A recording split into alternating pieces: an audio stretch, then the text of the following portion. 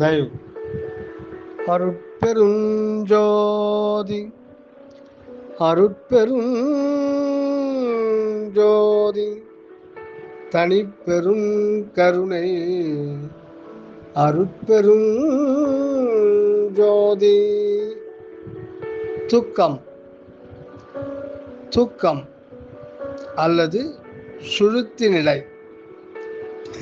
இந்த தூக்கத்தை குறித்த சில உண்மைகளை நம் உள்ளொளி வள்ளலாரின் தனிப்பெரும் கருணையினாலும் நம் தயாநிதி சுவாமி சரவணானந்த அவர்களின் வழிகாட்டுதலினாலும் சில உண்மையை நமது குழுவில் பகிர்ந்து கொள்வோம். தூக்கம் என்பது என்ன?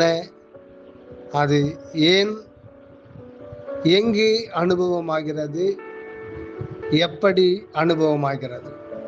தூக்கம் என்ன, ஏன், எங்கு, எப்படி? 1.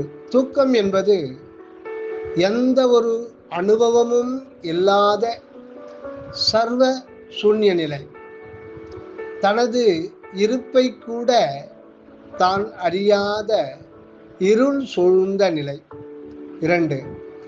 எவ்வளவுதான் சத்தான உணவுப் பொருள்களை உண்டாலும் இரவு முழுவதும் தூக்கமே இல்லையெனில் உடல் சோர்வாகவே இருக்கும், தெம்பு இராது, மன அழுத்தம் உண்டாகும், அடுத்த நாள் செய்ய வேண்டிய காரியத்தில் உற்சாகம் இருக்காது. அப்படி தூக்கத்தின் மூலம் நமக்கு புதிய உற்சாகத்தை கிடைப்பதை நாம் தினசரி எல்லோரும் உணர்ந்து கொள்ளுகிறோம். இது மிகவும் அற்புதமான ஒரு செய்தியாகும். 3. 10 நிமிடம் தூங்கினாலும் சரி அல்லது தொடர்ந்து 10 மணி நேரம் தூங்கினாலும் சரி, தூங்கிய காலத்தை நாம் உணர முடியாது. கடிகாரத்தை பார்த்துதான் நேரத்தை நிச்சயம் செய்து கொள்ளலாமே ஒழிய தூக்கத்தில் இடம் காலம் அறிய இயலாது. ஏனெனில் அந்த நிலையில் நாம் உணர்வற்று கிடக்கின்றோம். அடுத்ததாக 4. தூக்கத்தில் இருந்து விழிப்பு நிலைக்கு வந்த அந்த இடைப்பட்ட ஒரு சில வினாடிகளில்தான் சுகமாக தூங்கியதாக உணர்கின்றோம். இந்த அனுபவம் மாயா சம்பந்தப்பட்டது.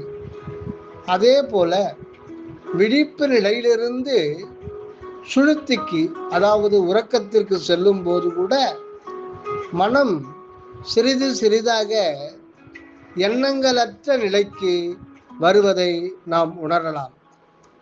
புற சூழ்நிலை குறித்த உணர்வானது மங்குகிறது, மறைகிறது.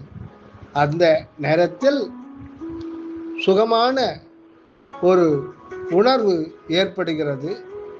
அது ஒரு மாயா அனுபவமாகும். இந்த நிலையில் மீண்டும் மீண்டும் தூங்குவதற்கே நாம் ஆசைப்படுகின்றோம். மீண்டும் தொடரும்.